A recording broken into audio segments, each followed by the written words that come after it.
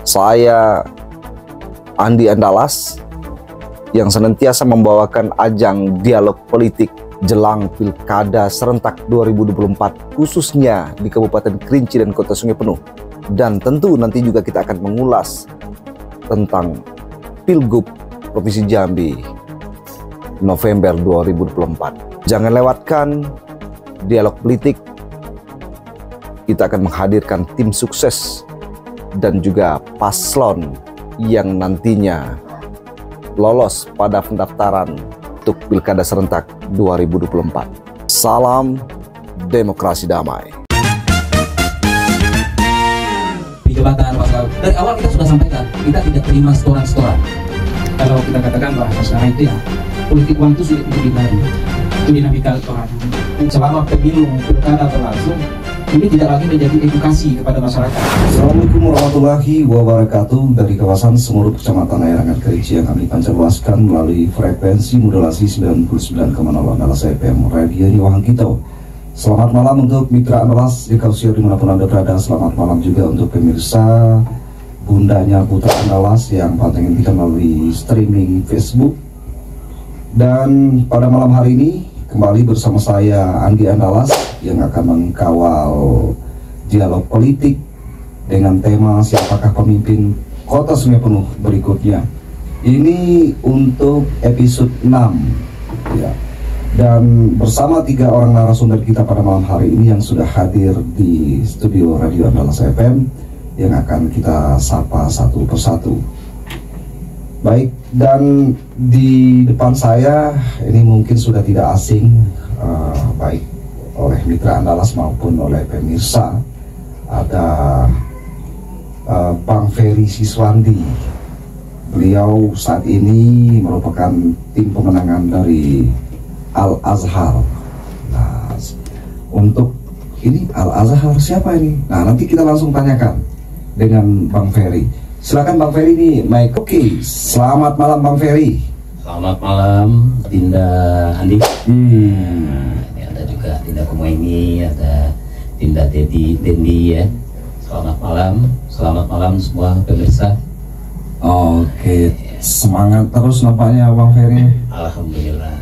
Saya agak cemas sedikit ini untuk sikon Kota Sungai Penuh. Tapi mudah-mudahan dengan turun gunungnya Bang Ferry ini semuanya dapat terkendali ya, sesuai dengan keinginan masyarakat semuanya. Dan di sebelah Bang Ferry ada Bang Kumaini Yahya, pengamat politik di Kota Sungai Penuh pada malam hari ini ya. Baik, selamat malam Bang Kumaini. Selamat malam Bang Andi. Selamat malam Bang Ferry. Dari Aduh adik, tunggu tuh.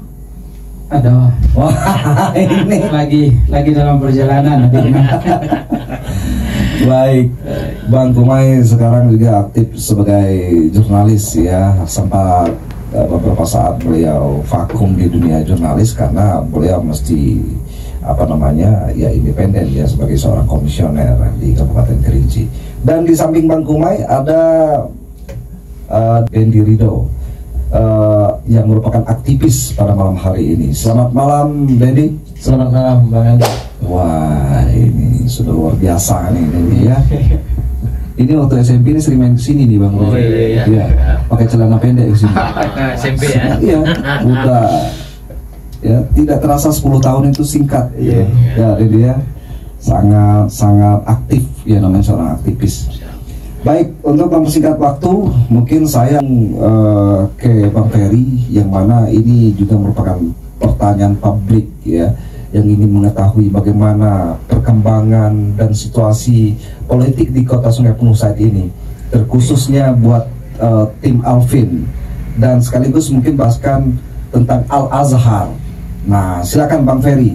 Artinya beberapa poin pertanyaan yang secara tidak langsung mungkin saya perlu pertanyakan dengan Bang Ferry. Yang pertama itu untuk partai politik Alvin, bagaimana, dan kemudian apa jargon yang diusung oleh Alvin. Silakan Bang Ferry.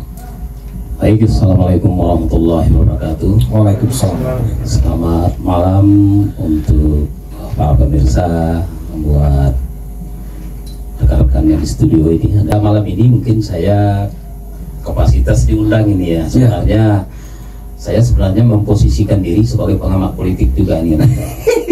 Karena aktifnya ini selaku akademisi. Iya, benar. Iya, makanya sering itu kalau lihat komentar-komentar saya itu agak pengamat politik dan kebijakan publik gitu ya. Tapi malam ini malah diundang sebagai salah satu tim sukses kandidat di Pulau Aku Sungai Penuh. Jadi agak terpaksa memiringkan diri sedikit. Biasanya berupaya berada di keseimbangan. Kalau sekarang ini terpaksa agak memiringkan diri. Nah itu. Jadi baik Dina Andi ya, ini terkait dengan tim pemenangan Alvin ya. Azhar Hamzah. Jadi Alvin Azhar Hamzah itu kita singkat Al-Azhar. Jadi Al-Azhar itu secara ini memang singkatan dari Alvin dan Azhar Hamzah. Tetapi juga kita mengambil hikmah dari makna daripada Al-Azhar ini. Al-Azhar ini adalah cahaya terang gitu ya. Cahaya terang atau cahaya yang jelas gitu ya. Nah, kemudian mudah-mudahan ini menjadi sesuatu yang membawa kecerahan untuk Kota Sungai Penuh ke depan. Amin. Nah, kemudian kita juga di sini mengusung jargon ini Al-Azhar Juara.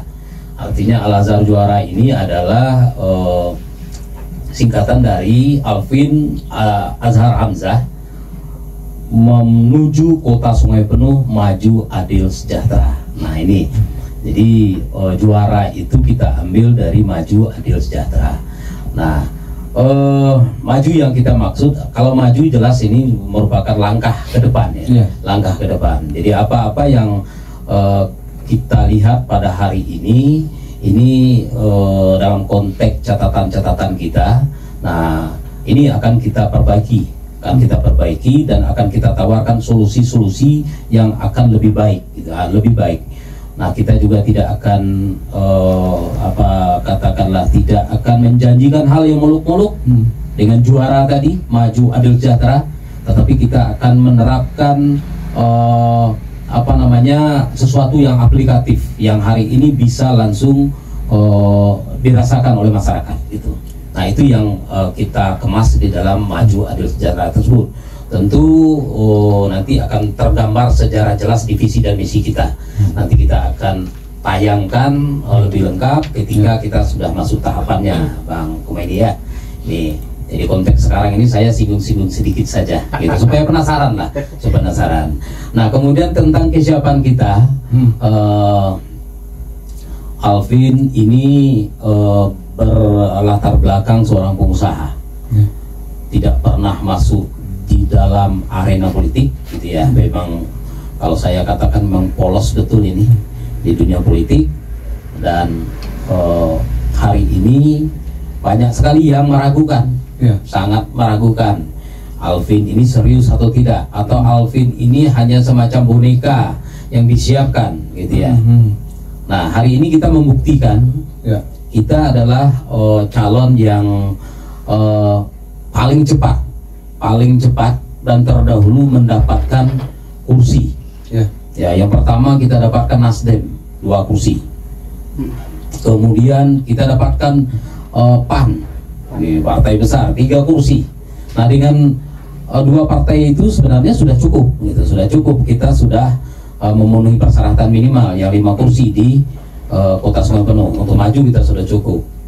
Tapi mungkin karena melihat keseriusan kita, partai-partai lain juga memiliki keinginan berjuang bersama kita untuk menjadikan Kota Sungai Penuh juara tersebut. Nah, kita sekarang sudah juga punya PKB, kita juga hari ini punya Hanura, gitu ya, masing-masing 1 kursi, gitu ya. Berarti kita sudah punya 7 kursi, dan insya Allah akan bergabung 1 partai besar lagi dengan kita. Nah, ada 2 kursi. Nah, apa itu? Kursi. Partai apa itu? Ya insya Allah kalau tidak ada perubahan yang begitu prinsip gitu ya, Gerindra akan bergabung bersama kita. Nah kita sudah, nanti kita akan diusung minimal 9 kursi. Karena bagaimanapun kan dinamika politik ini kan sangat dinamis ya, ke depan mungkin bisa saja partai-partai lain bergabung gitu ya, bisa saja partai-partai lain bergabung. Yang jelas kita sudah di saat ini sudah mengantongi 7 kursi, nah sudah melebihi syarat gitu ya, dan insya Allah akan menyusul kemungkinan minggu ini atau paling lambat minggu depan itu Gerindra akan menyerahkan SK-nya kepada kita. Nah itu merupakan salah satu bentuk keseriusan kita, keseriusan kita gitu. Artinya kita tidak main-main gitu, tidak main-main. Seorang yang berlatar belakang non partisan mampu mengakomodir partai seperti itu menunjukkan salah satu keseriusan. Dan keseriusan itu dilandasi oleh memang ingin berbuat sesuatu untuk Kota Sungai Penuh. Kalau tidak berbuat sesuatu, untuk apa kita terlalu jor-joran masalah partai itu? Cukup sudah maju kan gitu ya. Kalau sekarang tidak, kita malah mengakomodir, malah kita mengajak, ayo kalau kita ingin sama-sama menjadikan Kota Sungai Penuh itu lebih baik ya juara. Nah kita bersama-sama, ayo kita masih membuka peluang untuk teman-teman untuk bergabung dengan kita. Oke. Bang Peri, tadi Bang Peri sempat memaparkan bahwasanya Bang Alvin ini adalah seorang pengusaha ya, seorang pengusaha yang selama ini memang tidak pernah terlibat dalam hal-hal yang berbau politik.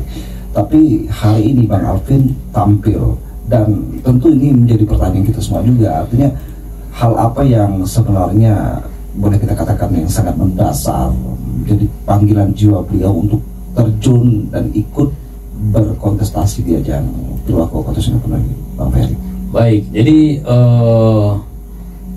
Saudara Alvin ini SD sampai SMA di Sungai Penuh, Sungai Penuh. Kemudian melanjutkan Fakultas Hukum di Unja, Jambi. Kemudian setelah lulus di Unja, yang bersangkutan memutuskan untuk merantau ke Banjarmasin ini, ke Banjarmasin. Ini sudah kurang lebih 27 tahun. Ini lebih dari separuh umurnya di Banjarmasin. Nah, di sana itu Bang Alvin ini tentu tidak begitu saja, apalagi dengan bukan media sekarang kan, media sekarang selalu memantau gitu ya, apa-apa saja perkembangan, apapun kejadian-kejadian yang terjadi di tanah kelahirannya. Dan dia juga berkomunikasi dengan saya kalau tidak salah ya, kalau berbicara tentang Kota Sungai Penuh ini secara serius sudah lebih 2 tahun. Sudah lebih 2 tahun dia sering bertanya, sering berdiskusi. Bagaimana perkembangannya? Bagaimana Sungai Penuh? Untuk memastikan Bang ya. Tapi belum, yang bersangkutan belum pernah menyatakan ingin maju gitu ya. Cuman hanya ingin oh Bang, ini Sungai Penuh ini kenapa begini gitu ya. Karena saya ini kan lebih lama di luar, saya melihat kok orang kampung orang tidak sekaya kita, ukurannya lebih besar, kok orang bisa seperti ini, gitu, kok kita tidak. Gitu. Nah itu sering menjadi kegelisahan ya, kegelisahan dari Alvin selama ini. Itu selalu dia ungkapkan di dalam diskusi-diskusi dengan kita, dengan saya, dengan beberapa teman-teman yang lain gitu. Walaupun ada juga teman-teman yang sedikit memancing, mendorong dia gitu, yang bersangkutan udahlah pulang aja ke Sungai Penuh. Nah, dia masih menolak gitu ya. Saya mau hidup senang, saya mau hidup tenang. Tapi kenapa tiba-tiba hari ini muncul nih?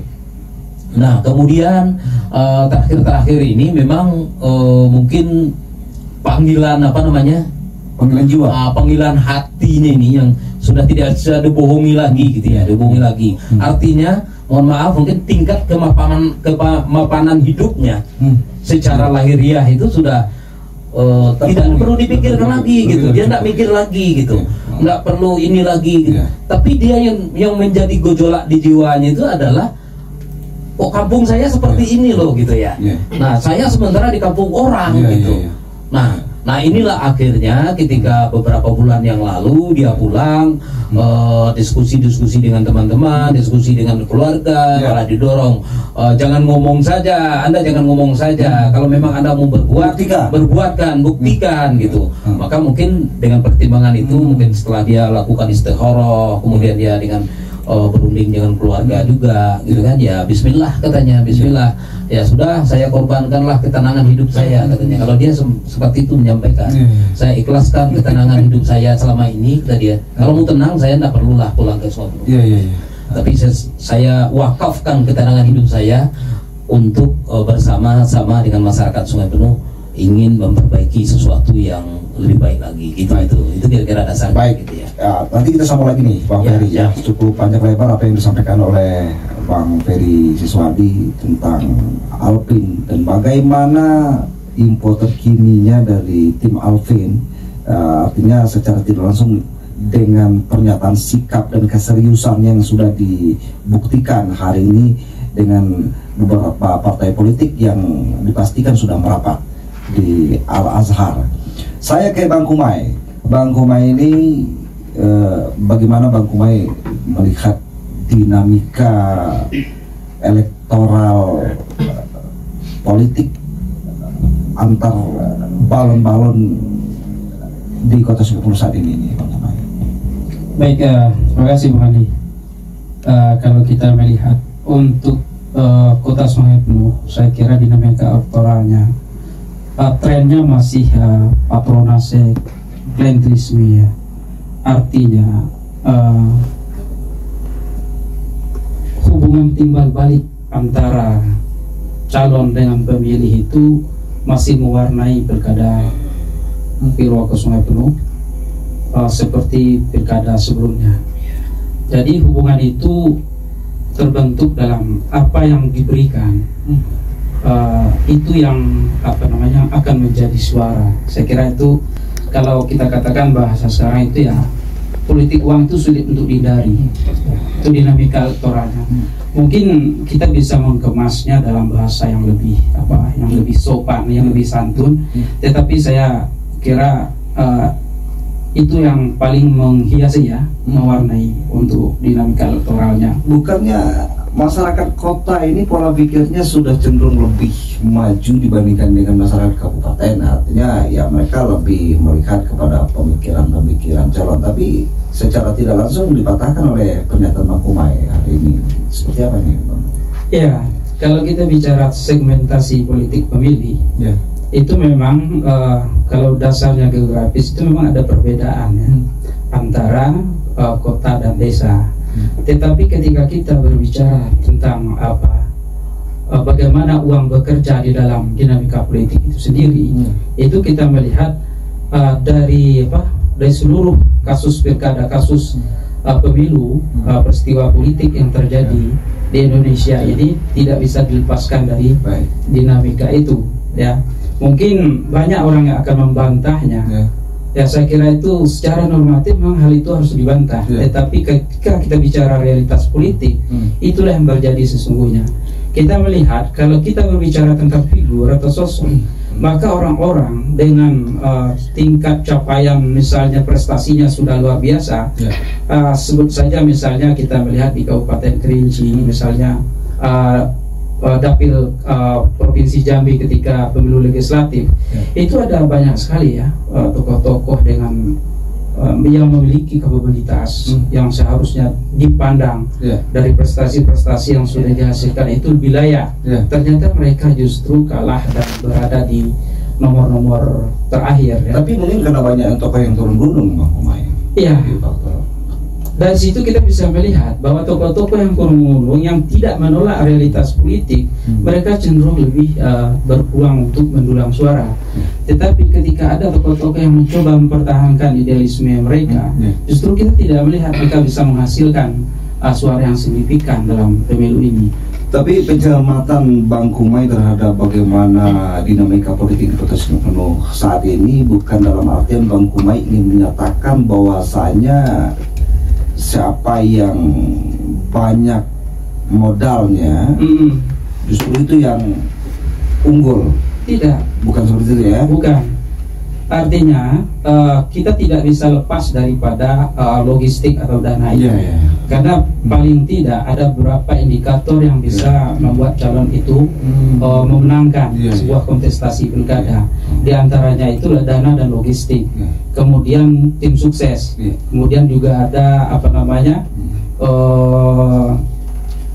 strategi dan juga basis elektoralnya. Atau ini 4 hal ini harus dipertimbangkan oleh kandidat seharusnya sebelum maju. Mereka harus memastikan bahwa logistik atau kos politik yang harus mereka keluarkan itu benar-benar cukup. benar-benar memadai untuk mengikuti kontestasi ini. Untuk saat ini berapa balon nih yang dalam pantauan Bang Kumai yang muncul? Ya, sepertinya sudah mengkerucut ke 5 balon kalau kota Sungai Penuh. Ke 5 balon ya. Nah, dari ke 5 balon ini, dari pencermatan Bang Kumai ini, siapa yang lebih kuat?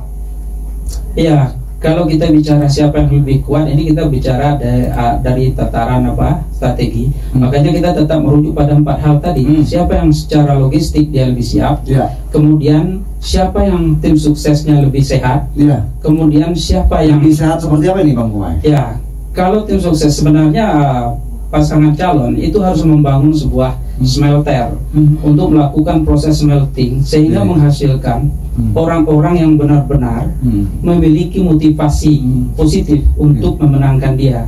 Jadi bukan berorientasi pada materi misalnya, karena paling tidak orang yang bergabung ke dalam tim sukses itu mereka memiliki beberapa motivasi. Ada yang sifatnya motivasi itu emosional, berarti ada hubungan kekerabatan dengan pasangan calon. Ada yang sifatnya itu chemistry, berarti mungkin mereka sudah lama berteman atau segala macam. Juga ada yang bersifatnya transaksional, artinya mereka memang dibayar untuk mensukseskan. Dan juga ada yang orientasinya semata-mata untuk mencari keuntungan.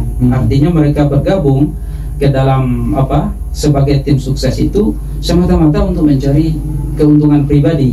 Nah, ini yang harus diantisipasi oleh pasangan calon. Maka pasangan calon ini harus membangun sebuah smelter untuk melakukan proses smelting itu, pemurnian daripada tim tadi, sehingga tim yang dibangun ini tidak hanya sifatnya temporal semata, jadi bisa dilanjutkan untuk berikutnya. Jadi jangan sebatas membangun tim hanya temporer saja. Jadi sehingga dia bisa menghasilkan orang-orang yang produktif secara pergerakan dan berkualitas secara pemikiran. Jadi mereka bisa menghasilkan hasil yang maksimal dalam kontestasi pilwalkot. Apakah bisa dijawab nih kira-kira Bang Kumai? Artinya secara vulgar mungkin dari yang mengerucut 5 balon tadi. Ini kan masih dalam tataran pengamatan. Artinya dari yang unggul ada yang lebih unggul, dari yang kuat ada yang lebih kuat, dari kacamata ataupun pandangan Bang Kumai. Ya, kalau untuk mengukur itu saya kira kita harus memiliki ukuran yang sifatnya ilmiah alat pengukur ilmiah. Salah satunya melalui survei. Melalui survei kita harus melihat paling tidak di survei itu kita harus menemukan 3 hal. Pertama, bagaimana tingkat popularitasnya, kemudian bagaimana dengan tingkat elektabilitasnya, kemudian bagaimana dengan tingkat favoritnya, arti kesukaan pemilih terhadap pasangan calon. Kalau popularitas itu tingkat keterkenalannya, kalau elektabilitas itu tingkat keterpilihannya. Kira-kira seperti itu. Jadi dari situ kita akan bisa melihat, sehingga dari situlah peta elektoral itu terlihat siapa yang lebih unggul di antara yang lainnya. Walaupun kita tahu bahwa kalau dari sisi personal branding itu tergantung pada kandidat itu mau memunculkan seperti apa. Misalnya kalau sosok Bang Alvin itu dia lebih muncul sebagai seorang pengusaha. Jadi personal brandingnya itu lebih terlihat bahwa dia maju ini dengan kesiapan modal yang dianggap maksimal. Secara realitas kita belum bisa memastikan apakah benar seperti itu adanya. Nah, kalau seandainya dia memunculkan dirinya sebagai orang yang secara kesiapan logistiknya lebih daripada yang lain umpamanya, jangan-jangan nanti orang-orang yang bergabung ke dalam tim itu orientasinya justru karena hal itu. Nah, inilah yang saya katakan perlu dilakukan, dibuat smelternya untuk dilakukan proses smelting itu. Baik Bang Kumai, saya ke Bang Dendi Ridho. Nah, Bang Dendi, saya ingin menyambungkan apa yang tadi dari awal disampaikan oleh Bang Ferry. Walaupun secara singkat, tapi tentu Bang Dendi selaku seorang aktivis sudah bisa menangkap ini apa yang menjadi jargon daripada Alvin, maju adil sejahtera. Silakan Bang Dendi. Baik, terima kasih Bang Andi ya. Sebenarnya saya malam ini agak grogi sedikit ini. Sedikit karena Saya berhadapan dengan senior saya ini selaku aktivis ya. Ini murni ini, murni. Saya mengetahui jejak beliau, Bang Eri, Bang Kumai ya. Jadi sebisa mungkinlah saya utarakan ya apa yang menjadi argumen kita nanti. Baik. Kemudian berbicara mengenai bagaimana kondisi di Pilwako Kota Sungai Penuh saat ini, sebenarnya semua kandidat ataupun bakal calon ya, masih bakal calon karena belum itu semuanya sebenarnya berawal dari kegelisahan. Hanya saja Kegelisahan melihat keadaan Kota Sungai Penuh. Kota Sungai Penuh. Hanya saja cuma beberapa kemasan saja yang belum diimplementasi itu sedemikian rupa. Karena kita melihat di satu sisi mengenai kedaerahan Kota Sungai Penuh ini punya dua jenis ya, ada heterogen dan ada homogennya. Yang mayoritasnya tidak semata-mata menjadi pribumi asli ya, karena kita melihat juga dari yang dijelaskan, saya ada beberapa mencatat tadi yang disampaikan oleh Bang Kumai tadi masalah dinamika elektoral. Nah ini yang sudah beberapa dekade selama pemilu pilkada berlangsung, ini tidak lagi menjadi edukasi kepada masyarakat yang pada dasarnya kita sebagai kontestasi maupun baik itu partai politik atau apa segala macam itu memberikan edukasi pemahaman politik yang baik ya sebenarnya. Nah berdasarkan dari jargon tadi Bang Alvin Juara, melihat juga dari latar belakang, saya sependapat dengan apa yang disampaikan oleh Bang Kumai. Ini pandangan umum sajalah ya, kita ambil pandangan awam kita kepada Bang Alvin ini. Ya lebih kita melihat bahwa kondisinya ya dengan modal yang cukup. Jadi segala bentuk bagaimana pencapaiannya ya memang tergantung dengan akomodasi yang ada kan itu. Sehingga banyak indikasi-indikasi kepada kualitas pemetaan nantinya. Ini bisa menjadi kualitas pemetaan internal nantinya. Karena kita belum mengetahui bagaimana kemampuan tim kita yang di dalam itu juga untuk di sisi Bang Alvin itu sendiri. Kemudian saya sedikit juga merasakan sebuah kegelisahan terhadap Kota Sungai Penuh. Kenapa demikian? Sejak awal mulai berdirinya Kota Sungai Penuh itu permasalahannya masih persoalan pembangunan ya, infrastruktur, pengelolaan sampah, banjir, apapun segala macam. Nah ini yang menjadi bagaimana wujud ke depan, baik siapapun nantinya yang terpilih menjadi wali kota, ini mampu menyelesaikan persoalan ini. Ini menjadi persoalan tahunan. Soal pembangunan Bang Dedi, bukannya sudah banyak tuh aset ex kabupaten yang secara tidak langsung sudah menjadi kepemilikan kota? Ya, baik Bang Andi. Sebenarnya itu tidak menjadi tolak ukur terhadap pembangunan yang merata di Kota Sungai Penuh ya. Persoalan pembangunan ini tidak terjurus itu kepada instansi-instansi saja. Banyak infrastruktur, prasarana. Kita melihat saja saat ini itu pernah kejadian beberapa tahun yang lalu, itu antara pemuda dan pemerintah itu berebut lapangan bola. Ya, karena itu menjadi aset yang dahulunya menjadi aset pengembangan bakat dan minat ya pemuda. Namun entah nggak tahu bagaimana pengelolaannya menjadi pengalihan sebagai taman kota ya. Ada kemudian terjadi gejolak sehingga kembali menjadi lapangan untuk pengembangan itu. Banyak sekali kita melihat selama saya ikut ke dunia kemahasiswaan ya, dunia keaktivisan, saya melihat di Kota Sungai Penuh ini sinergitasnya ini memang sinergitas primordial ya, karena beberapa kelompok itu membuat gap-gap sendiri sehingga tidak mampu mendengarkan bagaimana keluhan apa yang dirasakan oleh masyarakat itu sendiri, terutama aksi demonstran ya, aksi audiensi itu tidak lagi menjadi solusi atau untuk menjadi tempat penyampaian aspirasi itu sendiri. Dianggap masa bodoh saja. Selesai aksi sudah selesai. Artinya tidak ditanggapi dengan serius. Ditanggapi dengan serius ada hal-hal yang tergelincir kan seperti itu. Nah ini yang menjadi permasalahan sebenarnya di dinamika yang ada, baik itu di Kota Sungai Penuh maupun di Kabupaten Kerinci. Apa yang terjadi ketika adanya aksi-aksi seperti demonstran kemudian tidak ditanggapi? Iya, ini mungkin dinamika lapangan juga terkadang berbeda dengan apa yang kita rencanakan di awal ya. Pada dasarnya aksi demonstrasi ini bukan hanya untuk mencari kericuhan saja, tapi bagaimana titik temu antara pemikiran baik yang disampaikan oleh demonstran maupun yang disampaikan oleh aspirator itu tadi ya.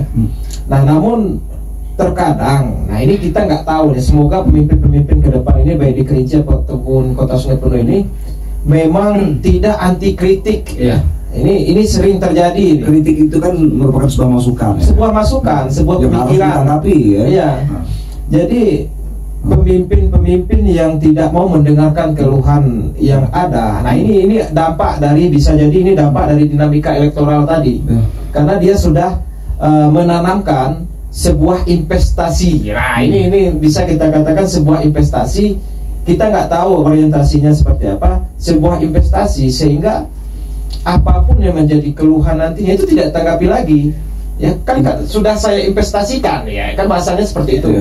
Nah, ini menjadi sangat dominan sekarang ini ya, istilah bahasa-bahasa di tengah-tengah masyarakat itu istilahnya apalah, balik-balik modal gitulah. Ini sering kita dengar di warung-warung kopi di masyarakat. Nah, itu kami berharap baik siapapun nantinya yang menjadi pemimpin di Kota Sungai Penuh ini, yang pertama ini mengenai ya penolakan sampah itu. Ini beberapa kali baik itu mungkin setiap aksi lah, setiap ada aksi audiensi itu persoalannya sampah. Jadi banjir kemudian ini karena kita belum dihujani ya, belum dihujani yang sangat deras itu. Padahal 1 jam saja hujan itu sudah mulai meningkat ini air.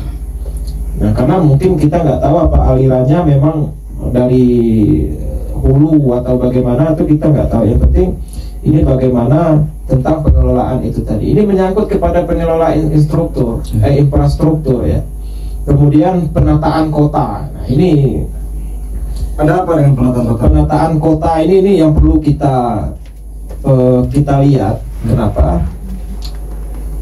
Penataan kota ini tidak hanya sebatas apa yang kita lihat itu yang baik, tidak. Namun ada beberapa pengkajian mungkin ada ahli-ahli ya yang lebih mengkaji itu. Tapi kita melihat selama pembangunan ini ada beberapa azas manfaatnya itu yang tidak dipergunakan yang baik.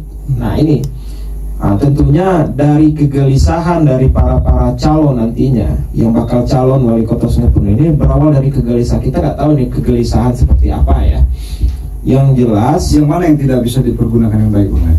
Ya, kita melihat ya, ada beberapa infrastruktur itu hanya sebatas prasasti lah, sebatas prasasti, sebatas pajangan ya. Padahal esensinya itu bisa dimanfaatkan sedemikian rupa ya. Contohnya mungkin saya tidak menyebutkan secara signifikan ya, karena ada beberapa dari beberapa infrastruktur itu adalah yang misal 5 nih, 5, 2 yang baiknya 3 atau 1. Nah, ini kita nggak tahu juga mungkin bagaimana sistem pengerjaannya apa. Jadi tidak berkesannya hanya sebagai simbolis pembangunan infrastruktur. Nah, ini yang kami berharap sangat banyak siapapun itu. Ini karena Sungai Penuh ini terkenal dengan pengelolaan sumber daya manusia dan sumber daya alam ini bisa kita kategorikan juga kaya ya, apalagi di tingkat SDM-nya. Saya melihat bahwa ini yang harus kita tingkatkan. Kita melihat beberapa sekolah itu menjadi sekolah percontohan di Kota Sungai Penuh. Saya termasuk juga alumni dari Kota Sungai Penuh, alumni SMA dari Kota Sungai Penuh, juga merasakan itu bagaimana pembinaan SDM-nya di sana mulai dari tingkat usia dini.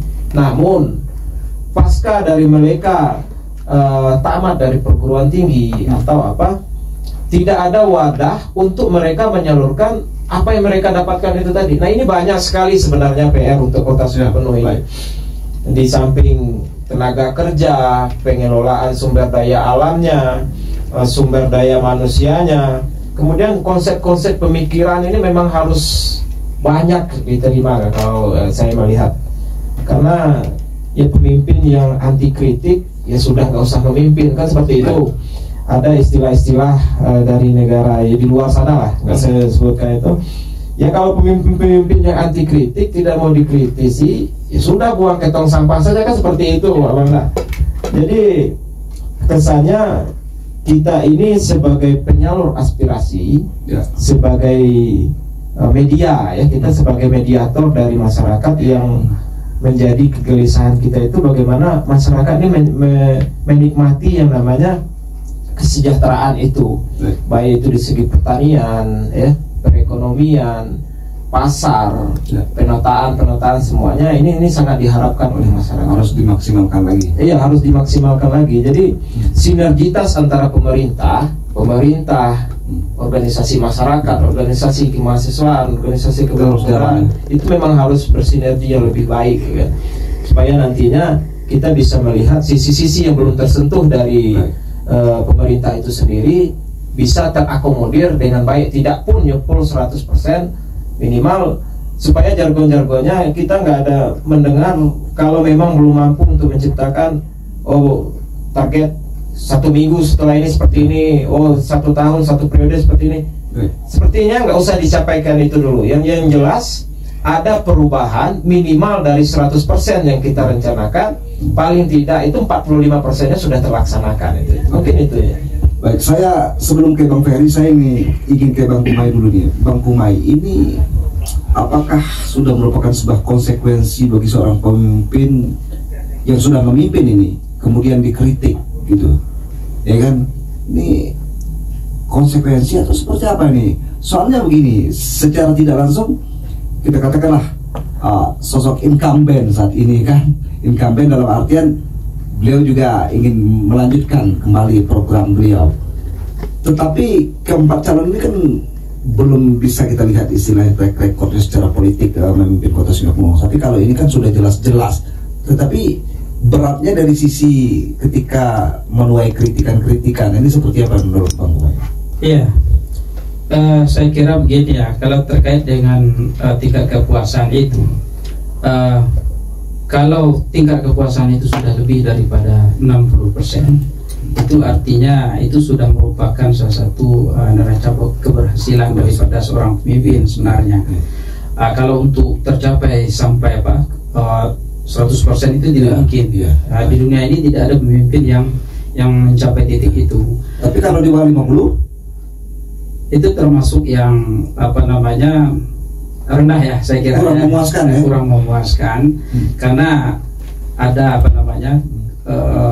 appropriating istilahnya itu tingkat kesukaan atas apa yang dicapai itu memuaskan atau tidak, ya kan? Apakah ini memuaskan atau tidak? Jadi ini salah satu hal yang menjadi fenomena setiap pemimpin.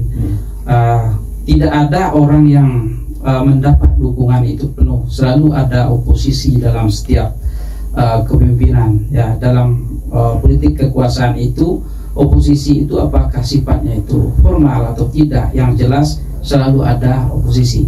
Paling tidak secara pemikiran ada oposisi pemikiran, ya. Apalagi terkait dengan program-program yang mungkin saja, makanya pemimpin ini memang butuh orang-orang yang kalau kita katakan sekarang itu ketika peralihan kekuasaan itu terjadi, maka sebenarnya harus ada proses meritokrasi daripada birokrasi itu sendiri. Jadi orang-orang yang memang memiliki keunggulan dan sudah berhasil itu seharusnya tetap dipertahankan, bukan mereka yang sebenarnya sudah berprestasi, yang sudah yang secara kemampuannya baik, itu justru karena dinamika politik tadi sehingga mereka harus tersingkirkan dari proses itu. Nah ini yang praktek jual beli jabatan, ya kan? Kalau itu yang terjadi, ya hampir bisa dipastikan bahwa secara pemimpin itu akan gagal. Bang Kumai, barangkali ada faktor yang sangat mendasar sehingga pada akhirnya penilaian masyarakat tentang kepuasan terhadap kepemimpinan di Kota Sungai Penuh itu menjadi rendah gitu. Ada faktor mendasar, apakah faktor anggaran kurang atau faktor lain lah kira-kira yang sangat mendasar, mengganggu? Ya, saya kira itu terkait dengan pembangunan misalnya ya, itu proses perencanaannya itu kan ada di Bapeda misalnya, kajian-kajian itu kan dilakukan di sana. Nah, persoalannya apakah personal yang ditempatkan itu memang orang-orang yang dalam tanda kutip itu berada di atas standar atau di bawah standar. Nah, ketika mereka orang-orang yang memang memiliki kapabilitas, saya kira mereka bisa merencanakan dengan baik, bisa mengkaji tata ruang dengan baik, ya kan, apa yang menjadi skala prioritas, apa yang tidak. Jadi saya kira itu sangat sangat menentukan. Terkadang dalam proses peralihan kekuasaan itu sering terjadi itu tidak ada upaya untuk meritokrasi tadi, birokrasi tadi. Seharusnya itu dilakukan. Jadi orang-orang yang memang sudah baik ya harus dipertahankan. Jangan karena dia mungkin secara pilihan politiknya tidak dengan yang menang, lantas mereka dibuang. Nah, ini saya kira juga awal daripada kegagalan dalam merencanakan pembangunan di Kota Sungai Penuh, saya kira. Tetapi di satu sisi terkadang karena kompleksnya persoalan di Kota Sungai Penuh misalnya, dimanapun, karena kompleksnya persoalan itu ya artinya seorang pemimpin itu harus memiliki orang yang mampu memanage konflik yang terjadi ini. Seharusnya ada orang. Jadi ketika dia punya visi, maka dia harus memiliki orang yang mampu menginterpretasi visinya itu sampai ke level bawah, paling bawah. Seharusnya seperti itu. Nah, terkadang mungkin itu yang ada kelemahan yang harus diperbaiki ke depan. Baik Bang Kumai, saya kembali ke Bang Ferry. Bang Ferry, saya belum puas tadi apa yang Bang Ferry sampaikan sekilas tentang maju adil sejahtera. Majunya ini seperti apa nih? Kalau boleh lebih diperluas lagi gitu Bang Ferry ya. Adilnya seperti apa, sejahteranya seperti apa? Artinya ya kita secara fair-fairan lah, artinya bagaimana kondisi Kota Sungai Penuh saat ini. Kalau kita katakan bahasa maju, mungkin Bang Ferry akan mengatakan masih kurang maju gitu kan. Artinya masih kurang maju. Alvin mempunyai sebuah tawaran, katakan demikian, bagaimana membawa kemajuan di Kota Sungai Penuh pun tentang keadilan dan kesejahteraan. Silakan Bang Ferry. Baik, jadi saya mungkin flashback sedikit. Jadi saya tahun 2020 ini pernah duduk di sini juga. Pada posisi di sini juga ini kalau tidak salah. Ketika itu saya mewakili tim pemenangan azas. Iya. Jadi kalau ditanya, kalau saya ini tim pemenangan yang menang. Ya, hari ini yang memimpin gitu ya. Nah, ini timbul pertanyaan. Ini sebuah jawaban yang sekaligus juga yang menjadi solusi yang ingin kita tawarkan. Nah, ketika saya berada pada posisi tahun 2020 tersebut, mungkin Adinda Andi ingat, jadi saya ini salah satu orang yang ya sedikit berkontribusi lah di dalam pemikiran konsep Kota Sungai Penuh untuk perubahan. Nah, artinya kita menganggap ada beberapa kegagalan yang telah dilakukan oleh pemerintahan sebelumnya yang masih punya potensi dan peluang untuk kita perbaiki menjadi lebih baik gitu ya. Nah, oleh sebab itu saat itu saya semangat sekali. Saya duduk di sini, kemudian saya terjun di lapangan langsung, sudah tahu semua gitu ya. Akhirnya mengantarkan pemenangan dari azas saat itu. Alhamdulillah. Makanya saya juga tanya, Bang Ferry apa kabar? Makanya tadi dengan nanya ini Abang Ferry ada apa kabar? Abang Ferry ada di mana sekarang? Gitu ya. Nah itu ya. Jadi ketika kemudian beliau berdua dilantik pada Juni, kemudian pada bulan November 2021 ya, pelantikan 2 Juni dilantik, 2 November 20 mulai ada semacam gerakan restrukturisasi organisasi segala macam di sana gitu ya. Saya menilai bahwa ini agak awal startnya ini kok lompat dari rel dari apa yang telah kita inginkan gitu. Karena kenapa? Seperti disampaikan Adinda Dendi tadi, permasalahan utama di Kota Sungai Penuh itu permasalahan tata kota, permasalahan pengelolaan persampahan, pengelolaan banjir, kemudian permasalahan katakanlah SDM yang disampaikan oleh Adinda Kumaini tadi. Nah, itu memang sudah masuk di dalam konsep kita di azas itu yang menjadi janji daripada beliau itu terhadap kita, sehingga saya pada saat itu menyatakan sikap mendukung. Saya yang tampil sebagai tim pemenangan, kemudian saya tampil jadi juru bicara malah gitu ya. Nah, pada bulan November itu ketika mulai start, saya melihat kok langsung lompat dari rel gitu. Nah, saya protes. Ketika protes saya itu buntu gitu ya. Ini orang, mohon maaf lah, orang yang sedikit berkontribusi gitu ya. Menyatakan katakanlah menyatakan bahwa ini loh, kita ini kok seperti ini. Nah, lari dari rel gitu ya. Itu saja sudah buntu. Saya berpikir jangan-jangan masyarakat nanti malah ditinggalkan lebih jauh. Saya aja berani ditinggalkan lebih jauh gitu kan. Nah, oleh sebab itu pada bulan November saya menyatakan mencabut dukungan kepada itu. Saya terus terang saya sampaikan saya cabut dukungan. Karena kenapa? Saya tidak mau terlalu jauh terbawa dengan sesuatu yang sudah kita janjikan, kemudian ini saya pertaruhkan integritas politik saya selama ini gitu ya. Saya ngomong dengan masyarakat. Nah, itu flashback sedikit. Nah, kemudian ini hari ini apa yang menjadi catatan saya, yang bikin catatan itu saya yang bikin masalah pengelolaan sampah, masalah penataan kota. Nah, itu sampai hari ini juga tidak terjawab gitu. Setiap permasalahan yang ada di masyarakat, pemerintah tidak pernah hadir. Ini yang jadi problem sekarang. Nggak pernah hadir pemerintah. Jadi masyarakat dihadapkan kepada permasalahan ya tanggung sendiri gitu, cari solusi sendiri. Ya kasihan masyarakatnya. Kita pilih pemimpin itu mengayomi kita, melayani kita. Orang tua kita ketika kita berkeluh kesah gitu ya. Tapi ketika pemimpin tersebut tidak hadir, ketika kita tidak punya permasalahan, itu kita harus pertanyakan pemimpinnya di mana. Gitu. Mandat yang kami berikan kemarin itu Anda apakan gitu. Nah, ini yang jadi kegelisahan gitu ya. Lebih dipersikat lagi Bang Ferry. Ya, saya sangat gelisah saat itu ya. Saya sangat gelisah. Maka itu oleh sebab itu ini saya tampilkan dengan Alvin kembali gitu.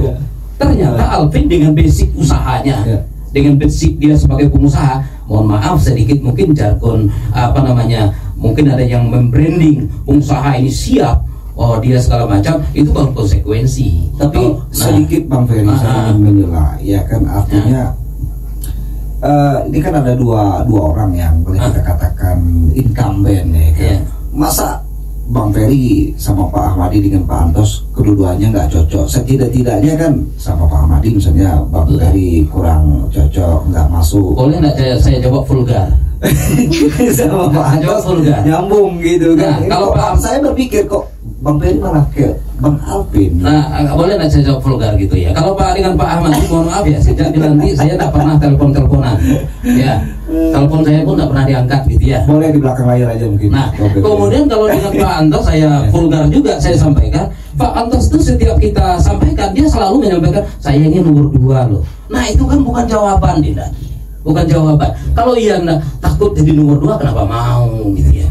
Nah, seakan-akan tak punya kuasa seperti itu. Nah, sekarang saya ingin sampaikan tadi, kalau permasalahan seorang pengusaha, Alvin ini seorang pengusaha, kemudian di branding bahwa orang yang paling siap, alhamdulillah ya, karena itulah yang mendorong dia gitu. Nah, kasarnya pun, mohon maaf, ini juga menjadi modal kita, seperti disampaikan oleh Dinda tadi, jual beli jabatan, apa segala. Dari awal kita sudah sampaikan, kita tidak terima setoran. Nanti bisa dicek ya, bisa boleh dicek oleh Adinda aktivis kita tidak mau ada yang mau iuran ke kita. Kami mau ikut Pak Alvin, kami iuran, kami tolak. Baik. Anda bekerja saja, tunjukkan kompetensi Anda. Jika Alvin menang, insya Allah Anda akan terbawa dalam gerbong ini. Nah, tunjukkan kompetensinya. Kompetensi. Jadi kita, karena dia basicnya seorang pengusaha. Seorang pengusaha beda loh dari seorang birokrat. Dia selalu berpikir profesional dan proporsional. Nah mungkin Pak Alvin itu terakhir ya, ketika bekerja dengan orang. Dia juga punya perusahaan ya. Ketika masih bekerja dengan orang, itu terakhir dia brand manager salah satu bank bukan Bank Indonesia, Bank Internasional di Kalimantan sana. Nah dia satu brand manager di sana. Nah itu kan tentu tingkat tinggi sekali ya kalau di dalam rekrutmen atau segala macam. Jadi tidak mungkin kita tidak, insya Allah Pak Alvin tidak akan menggunakan cara-cara seperti itu, dan itu dia sudah janji seperti itu. Termasuk dengan permasalahan pengusaha juga. Kita juga tidak akan merangkul pengusaha sekarang dengan cara pengusaha iuran setoran untuk bantu kita. Mohon maaf, bukan kita sombong Pak Khomeini, itu tidak boleh, haram hukumnya. Nah ini akan menyandera kita. Pak Alvin tidak mau disandera dengan itu. Beliau mau bebas. Dia ingin betul-betul Sungai Penuh ini maju, artinya beliau ingin supaya Sungai Penuh ini lebih daripada apa yang ada sekarang. Nah nanti panjang lebaran ininya. Saya sedikit lagi. Adil artinya saat ini kita melihat kue-kue yang ada di Sungai Penuh ini tidak terbagi rata. Hari ini kita bisa lihat, mohon maaf, di tengah kota saja pasar itu hampir mati. Pedagang-pedagang hampir mati. Suatu saat Sungai Penuh akan menjadi kota mati. Pemerintah tidak pernah hadir di sana. Nah hari ini kita akan tawarkan itu, bahwa apa yang dimiliki kota Sungai Penuh adalah milik masyarakat Sungai Penuh, bukan milik penguasanya, bukan milik kroni-kroni penguasa. Sejahtera artinya kue yang ada ini kita makan sama-sama, bukan hanya hitungan orang. Nah itu yang ya kita artinya sesuai dengan porsi dan ini. Jadi itu yang kita harapkan. Jadi satu hal lagi yang sangat kita inginkan, bahwa Alvin ini sangat anti dengan jual beli jabatan, jual beli proyek. Nah ini sudah betul-betul dia sampaikan gitu ya. Karena kenapa? Karena beliau tidak ingin tersandera dengan hal-hal yang seperti ini. Nah itu kira-kira Dina. Baik Bang Ferry, ya ini Bang Kumai dan Bang Dedi juga, ini kita tersisa kurang dari 10 menit ya untuk closing statement. Silakan Bang Kumai, artinya apa yang harus Bang Kumai sampaikan pada malam hari ini terkait bagaimana sekali lagi dinamika politik yang ada di Kota Sungai Penuh. Karena masing-masing balon ini, masing-masing tim tentu secara tidak langsung menawarkan hal-hal yang indah-indah dengan pemirsa. Iya, saya kira kalau saran saya untuk semua pasangan calon, apapun program atau visi yang ditawarkan itu harus realistis ya. Artinya ketersediaan anggarannya berapa, kemudian apakah mungkin itu bisa dilaksanakan atau dicapai, bagaimana proses regulasinya dan segala macam. Nah, ini harus dipahami lebih awal supaya masyarakat, karena masyarakat kalau untuk Kota Sungai Penuh saya kira tingkat pemilih rasionalnya juga sudah cukup tinggi ya. Jadi sehingga mereka sudah bisa melihat hal itu realistis atau tidak. Dan ini masukan bagi semua kandidat. Setiap visi yang disampaikan itu memang harus realistis, sehingga ketika ditanyakan atau dipertanyakan oleh masyarakat, mereka bisa menjawab secara argumentatif. Artinya apa yang mereka tuangkan ke dalam visi mereka itu memang sudah melalui kajian ilmiah yang artinya bisa dipenuhi nantinya. Kemudian terkait dengan harapan kita tentu di Kota Sungai Penuh, karena kemungkinan akan ada 5 pasangan calon. Kalau dari pengamatan kita akan ada 5 pasangan calon. Tentu harapan kita demokrasi di Sungai Penuh, proses demokrasi di Sungai Penuh, pilwakil Sungai Penuh itu tetap bisa berjalan dengan riang gembira tanpa menimbulkan gesekan-gesekan, apalagi itu sudah mengarah kepada anarkisme ya. Jadi itu harapan kita semuanya. Saya kira itu closing statement dari saya. Terima kasih. Assalamualaikum warahmatullahi wabarakatuh. Waalaikumsalam. Bang Denny, Ya, baik. Mungkin pada terakhir dialog kita ini, closing statement yang ingin kami sampaikan yang lebih awal ya, lebih utama memberikan pemahaman kembali terhadap edukasi politik yang baik. Kemudian berpolitik santun tanpa memunculkan identitas-identitas kedaerahan maupun politik identitas lah. edukasi politik yang baik seperti apa nih? Ya, bagaimana masyarakat tidak lagi mengkotori pemikiran bahwa politik itu siapa yang mau jadi, ya harus ada sebuah materi ya, materi baik itu secara konkret maupun yang tidak konkretnya. Kemudian politik dulu Bang Denny, dan kemudian siapa yang menurut pandangan dari Bang Denny selaku aktivis itu yang lebih bertanggung jawab terhadap edukasi politik kepada masyarakat? Baik, ini terhadap edukasi politik ini pertama itu terlebih kepada instansi-instansi penyelenggara ya. Kemudian seperti ada KPU, Bawaslu, Parpol juga memiliki edukasi politik yang baik ya. Kemudian kita juga melihat ada, kalau sekarang ini apa namanya, Sentra Gakumdu itu memang bekerja sama sinergi untuk memberikan edukasi yang masuk dari aparat ya. Kemudian mengembalikan bahwa menjadi seorang pemimpin itu tidak diukur dengan kebutuhan materi saja, namun dengan apa buah pemikirannya dan apa menjadi investasi sosial yang sudah mereka berikan itu menjadi modal utama mereka untuk memberikan dharma baktinya untuk negerinya. Tentunya dengan hal-hal yang terukur, hal-hal yang terukur, sistematis dan penuh tanggung jawab itu.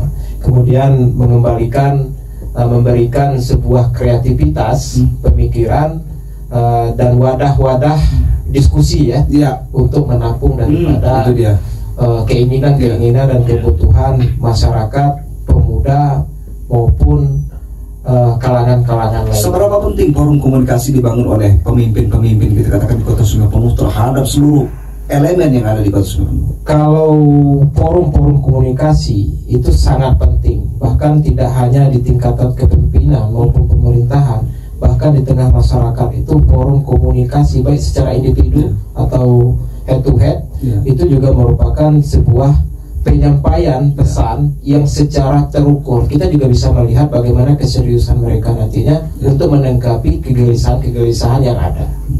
Tanpa adanya komunikasi antara pemimpin dengan forum-forum yang secara tidak langsung juga menjadi keterwakilan dari masyarakat, artinya pemimpin itu bisa dikatakan sebagai pemimpin yang anti kritik, seperti apa nih? Berarti itu termasuk pemimpin yang apatis ya, yang tidak mau tahu tentang apa keluhan masyarakat. Yang terpenting saya mengerjakan apa keinginan saya, apa kebutuhan saya, dan masyarakat nanti lain kali, mungkin itu. Masih ada? Sudah cukup? Mungkin terakhir ya Pak, ini yang sangat krusial ya, yang ingin saya sampaikan. Apapun itu jenisnya, sistem pengelompokan terhadap beberapa jenis, baik itu forum masyarakat, organisasi masyarakat, bahwa tidak semuanya itu mengalami keterpurukan. Kita harus bisa memilah bagaimana mereka mampu memberikan sebuah pemikiran yang baik untuk memberikan motivasi kepada kita untuk menjadikan baik itu Kota Sungai Penuh maupun Kabupaten Kerinci itu menjadi yang terdepan ya, menjadi yang lebih maju. Karena kita satu sisi kebutuhan alam dan kebutuhan manusia kita itu sudah sangat kompeten. Kita bisa melihat tersebar di mana-mana itu mayoritas masyarakat Kerinci dan Kota Sungai Penuh sudah banyak memegang pusat-pusat inti, baik itu instansi, perusahaan maupun ketokohan-ketokohan lainnya. Itu. Baik, dan sepertinya kita sudah berada di pada dialog politik kita kali ini, dan tentu ke depan kita akan undang balon ataupun paslon ketika sudah ditetapkan sebagai calon wali kota Sungai Penuh untuk menuangkan ide-ide dan pemikiran mereka dan bagaimana mereka memberdayakan segala potensi yang ada di Kota Sungai Penuh, termasuk yang lebih utama adalah SDM-nya yang mana dia. Terima kasih Bang Ferry sudah hadir di studio Andalas, Bang Kumai, juga Bang Denny ya. Dan terima kasih. Sebelum ditutup, sebelum ditutup, saya menyampaikan terima kasih, apresiasi kepada Radio Andalas ya, satu wadah penyambung ini demokrasi ya. Mudah-mudahan ke depan lebih